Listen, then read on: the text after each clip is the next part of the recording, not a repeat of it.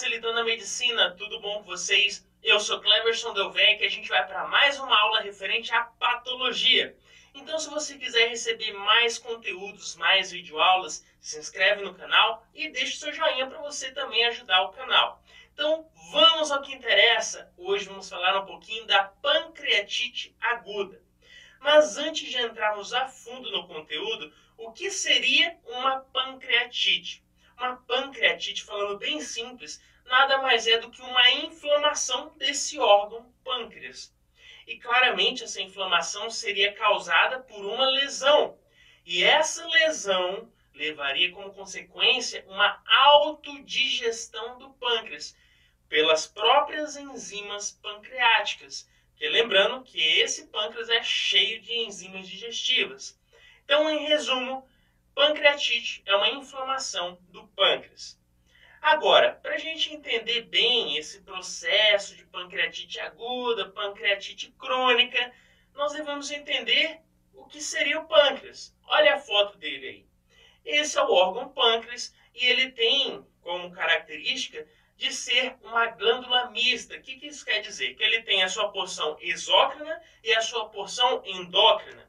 A porção endócrina é aquela que vai atuar juntamente com o sistema endócrino, liberando hormônios, tendo esse processo no sistema endócrino. Entre eles a gente pode citar a insulina e o glucagon.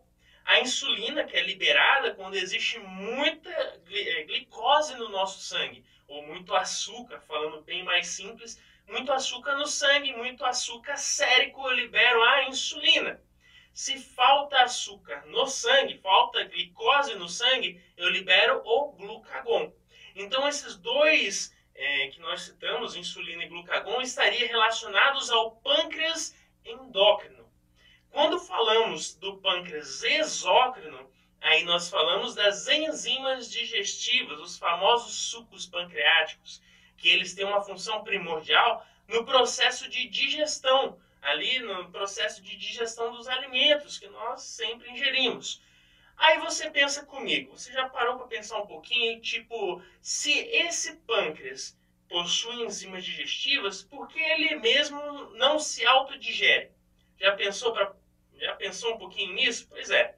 Se ele possui enzimas digestivas, por que ele não se digere?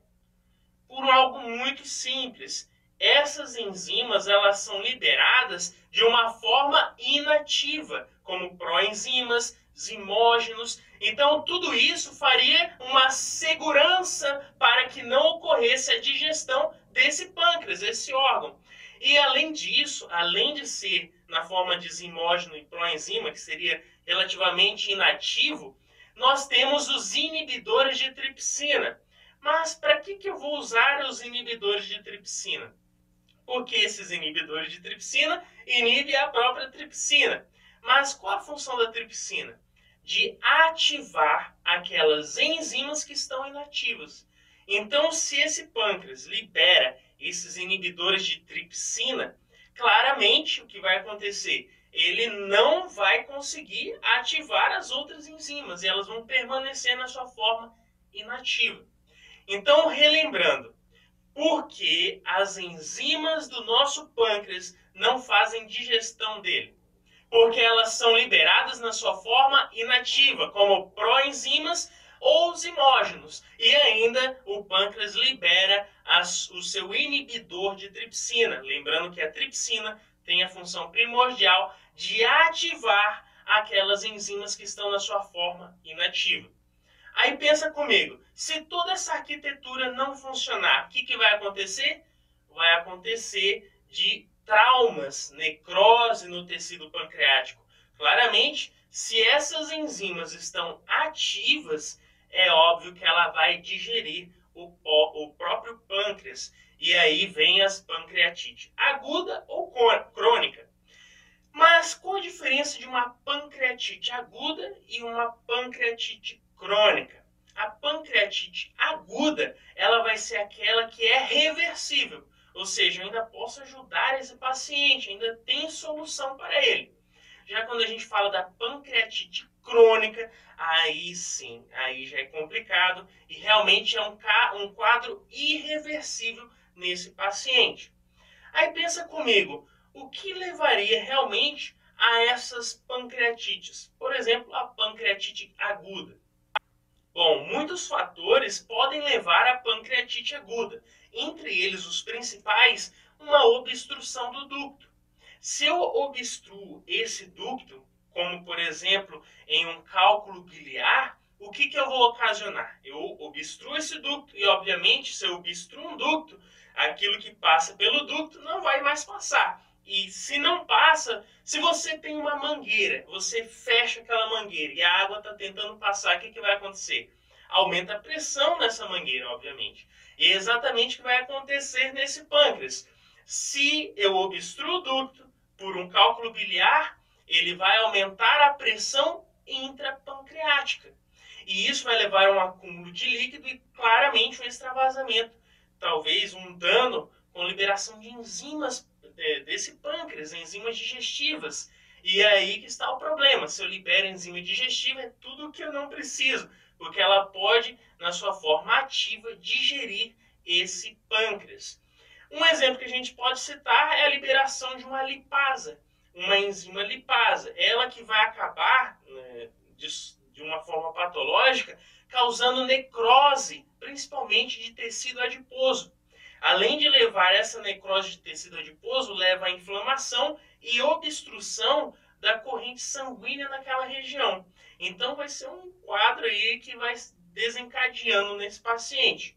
Outro fator que também leva a esse tipo de obstrução pode ser até mesmo um parasita. Olha esse bichinho aí, você lembra ele lá da playlist de parasitas? Pois é, Ascaris lumbricoides, uma ascaridise, esse verme, esse parasita, ele pode sim chegar a obstruir a região e levar ao mesmo quadro que estamos falando. Uma obstrução aumenta essa pressão intrapancreática e leva a esse mesmo desastre. Outro fator que também influencia muito é uma agressão tóxica. Como assim agressão tóxica? Quando uma pessoa se intoxica por muita bebida alcoólica. Aquela pessoa que exagera na quantidade e acaba levando a um estresse oxidativo, que também desencadeia esse tipo de problema pela pancreatite aguda. E existem outros fatores ainda. Outro ponto que a gente tem que saber é que essa pancreatite aguda pode ser ocasionada até mesmo por um trauma. Trauma em que sentido? Um susto? Não. Trauma, uma pancada, por exemplo. A pessoa está dirigindo o carro e teve um acidente, uma batida de carro. Ou ela foi atravessar a rua, foi atropelada. E a pancada foi diretamente no quadrante do pâncreas. E claramente, esse trauma em cima do órgão vai talvez lesionar essa região e o paciente vai ter a ruptura ou uma lesão dos ácinos. Os ácinos liberando essas enzimas digestivas e claramente ocorre a autodigestão desse pâncreas por um trauma, um acidente, um atropelamento, uma batida de carro, uma batida de moto que teve realmente um impacto em cima desse órgão. Também distúrbios metabólicos podem levar a isso. Por exemplo, um aumento na quantidade de cálcio na região. Um aumento de quantidade de cálcio, uma hiperativação de tripsina, que a gente já viu que a tripsina vai levar à ativação de outras enzimas. Então, tudo isso, distúrbios metabólicos, trauma, tudo vai colaborar para um desencadeamento de uma pancreatite aguda nesse órgão, nesse pâncreas. E quais seriam o quadro clínico desse paciente? Claramente, ele vai sentir muito mal-estar, fortes dores no quadrante onde está o pâncreas, dor abdominal ou até mesmo nas costas. Posteriormente, na porção superior, ele pode sentir o reflexo dessa dor, como realmente um reflexo daquela dor que está no pâncreas refletindo para a porção posterior, sentindo essa dor nas costas, na porção superior, obviamente. Também a gente pode citar anorexia, a pessoa vai ter também dificuldade de alimentação, vômitos, náuseas, e todo esse quadro é uma urgência de atendimento médico, até mesmo em quadros de trauma, como a gente falou, de acidentes. E o diagnóstico, como que a gente pode levar a um diagnóstico de pancreatite aguda? É simples, pode ver a clínica do paciente, tudo que a gente falou que ele está sentindo, as dores naquela região do pâncreas, anorexia, vômitos, náuseas, tudo isso vai me ajudar. Porém, exames de laboratório podem me indicar. Que exames de laboratório pode me ajudar? Por exemplo, um exame de enzimas, a quantidade de enzimas liberadas ou presentes no sangue, enzimas séricas, como a elevação de amilases, a elevação de lipases presentes no sangue, vai me indicar, opa, você tem lipase, amilase e outras enzimas elevadas acima do normal, tem algo errado nesse pâncreas, e aí eu vou avaliar esse paciente. E também existem sinais que me levam a algo meio óbvio que está acontecendo nesse paciente. Então eu vejo a clínica, eu vejo o exame de laboratório e ainda alguns sinais. Que sinais eu posso ver? Olha essa imagem. Essa imagem é o sinal de Cullen. Ele vai me indicar que esse paciente está realmente com uma pancreatite. Claro, juntando os outros sintomas que a gente viu. Agora, o que seria esse sinal de Cullen que a gente vê meio avermelhado aí na região periumbilical do paciente? Seria uma equimose na região periumbilical, geralmente por uma hemorragia, né, nessa região.